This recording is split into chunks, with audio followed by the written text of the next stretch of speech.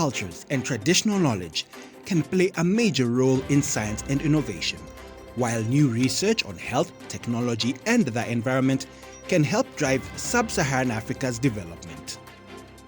But what happens when communities don't speak the languages that are used to create and communicate science? I'm Michael Kaloki, and this week on Africa Science Focus, we investigate the relationship between science and language. European languages such as English and French dominate the science landscape. How can sub-Saharan Africa's diverse language groups get the full benefits of modern science? And how can science benefit from our community's knowledge? Halima Athumani begins our report from Uganda. While many writers and poets are increasingly writing literature in their local African languages, aside from Swahili, not many cover science and technology. Many Africans will only use certain terms of science and technology in English because there has not been enough done to translate and popularize these words in their local languages. This has left millions of Africans at the margins speaking about and for them, but not with them. In today's episode, we examine the need for science in languages that communities speak. If science and knowledge are delivered in the English language, it has a big disadvantage to Africans. Dr. Hamisi Babusa is a lecturer of Kiswahili language and educational technology at Kenyatta University. He also writes his own science fiction stories in Kiswahili, which are based on biology, anatomy, and plant science. Dr. Babusa tells us how art and culture can be used to connect Africa's communities with science. People love arts more than science. They enjoy arts. People, the general public, enjoy music, they enjoy movies, they enjoy reading good stories. What can happen when the artists and scientists collaborate so that in the art we infuse science? Now, we'll make science more enjoyable, more easy to learn for the kids. Thus, the end result will be we'll have a science tech generation, a generation that has high scientific knowledge, and we can use our languages and our culture to develop. In that way, when we change the attitudes of kids, the kids in the education system, that will be a very, very big step. Remember, I can give you an example. In Kenya, we have the Kiswahili language, but very few people, like in the big cities, know Kiswahili. And when they take their kids to school, they want their kids to learn English, they want their kids to learn French, but not Kiswahili very much, because Kiswahili is an African language. So you see, now what happens? Now, you are looked upon. We have that negative attitude towards our African languages, our mother tongues. So the first step is to be proud of our African languages, to be proud of our mother tongues. After that, when you are proud, now it will become easier now for the scholars to translate science into these African languages so that our kids can learn science in their first languages and gain knowledge, deep scientific knowledge, so that by even the age of 4 or 5 years, we have scientists who are inventing things in Africa. The movement to decolonize science aims to remove structures of inequality in the world of research and make sure that science can work for everyone by recognizing the diversity of knowledge around the world. Sibusiso Biyela is known as the decolonized science guy. Sibusiso is a science communicator, writer, and public speaker, and his mission is to make science open and accessible. Okay, so one of the biggest reasons that I am into the decolonization of science, through which I use language to translate scientific terms and concepts, isn't just so that people who don't understand English that well can better understand science. It's a big benefit of it. But I think a huge benefit that comes from being able to speak science in your own language is that you're better able to own the science itself, and not just the knowledge that comes with it, but also the thinking skills like problem solving and the scientific method and critical thinking.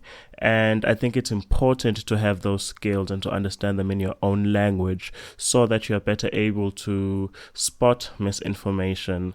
And on when science and knowledge are created in English, for example, how does that disadvantage other language groups in Africa? Yes, if science comes into the continent, into the communities, takes knowledge, converts it to English, but doesn't take that knowledge back in the original language and other African languages, it disadvantages the very people that it's supposed to help, the very people who produced that knowledge and the value that comes with it. There's an argument that we as Africans are actually fostering decolonization of our own languages. Reason being, lately, we are basically speaking to our children in English instead of our mother tongues. Do you think that's true? It is. Unfortunately, to some degree, it surpasses my own native language of isiZulu in many respects. I'm still able to speak Zulu quite well with my friends and family, but the issue is I can't do that when it comes to my profession, such as science and technology. It's very necessary these days to be able to speak English so that you can do science, right? But I think we can do a lot to change that narrative by making it easier to do science in other languages, so that for two reasons you're able to communicate with a lot of people who wouldn't understand science otherwise if it's spoken in English. Even if they do understand English, if something is spoken to you in English and you're not a native speaker, it's you don't own it culturally as well as you would your own language, right? And the second reason, the second point that I would like to add to that is that the survival of our indigenous languages is anchored in the idea that they can be useful in the future, where science and technology becomes more and more relevant.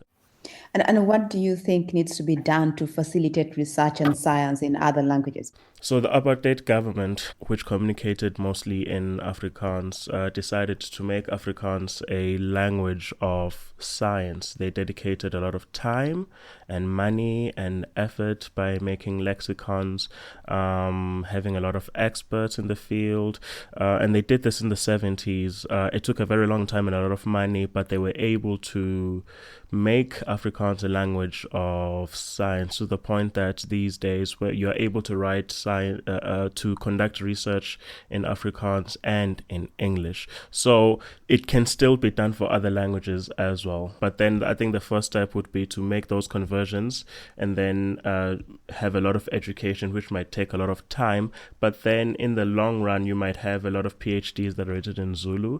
Okay. And how do we find a linkage between art and science where it can come together in Africa for research and development, you think? Maybe we can start with a lot of science fiction that's written in indigenous languages. I mean, how about that? That would be incredible. I got into science because of science fiction. So you can imagine children growing up, their first exposure to science is in science fiction written in their own language, right?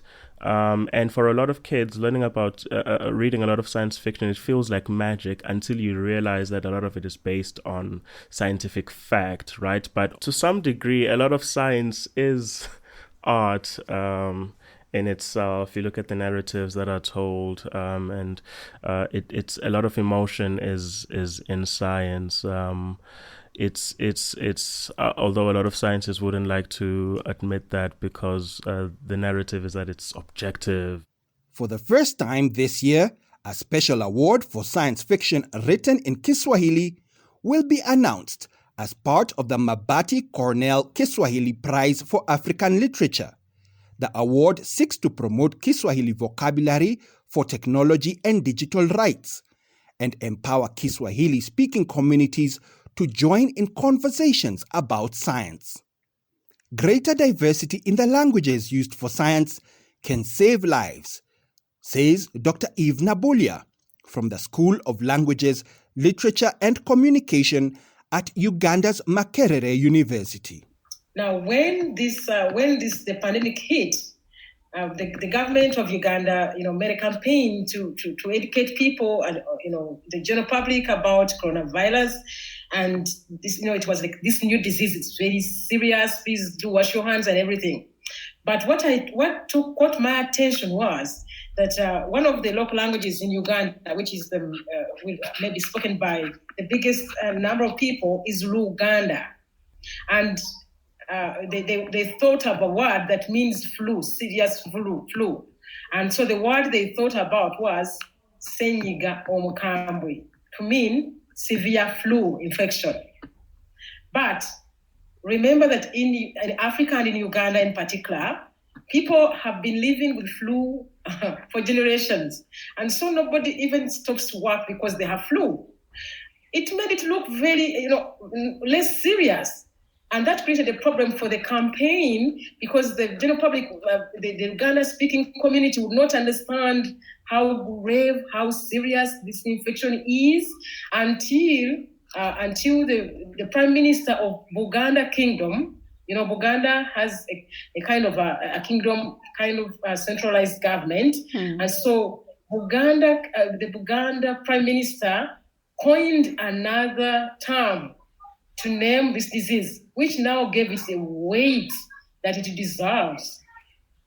And that's why he says it, which when translated means that this disease which seriously attacks the lungs and which maybe shrivels the lungs. And it is now this term that is being used of recent, and I observed that the responses now became different. People now got the message that this coronavirus is actually very serious now. Thank you. Okay. And do you think that, because you're in the line of research, do you think enough is being done to facilitate research and science in our local languages? Well, it depends on how much is enough. I mean, a lot needs to be done, and I don't think we are doing enough. One, we are constrained by what we have called our national language, the official language. So long as the official language remains English, for instance, in Uganda, and I think also in Kenya, but I think Kenya is better off than us. We haven't agreed on any other language that we can use officially. So for that matter then, it's the language of the school, it's the language of government communications, and it's the language of all official communications. That makes the rest of the languages, having to work very hard to be able to come up. For instance, there are very few publications in local languages. And when it comes to maybe a scholastic documents, or curriculum or scholastic materials, they're always in English. So now how will someone learn to speak about these scientific concepts in their mother tongue if forever they are looking at them and they're reading them in English? Dr. Eve Nabulia, ending today's report on how science, language, and art can work together. To catch up on all Africa Science Focus episodes, look for us on your favorite podcast app. And don't forget to subscribe and leave a review. Today's program was produced by Harrison Lewis. The editors were Fiona Broom and Jackie Opara Fatoye, with reporting from Halima Athumani. Africa Science Focus is produced by SciDevNet and distributed in association with your local radio station. I'm Michael Kaloki. See you again next week.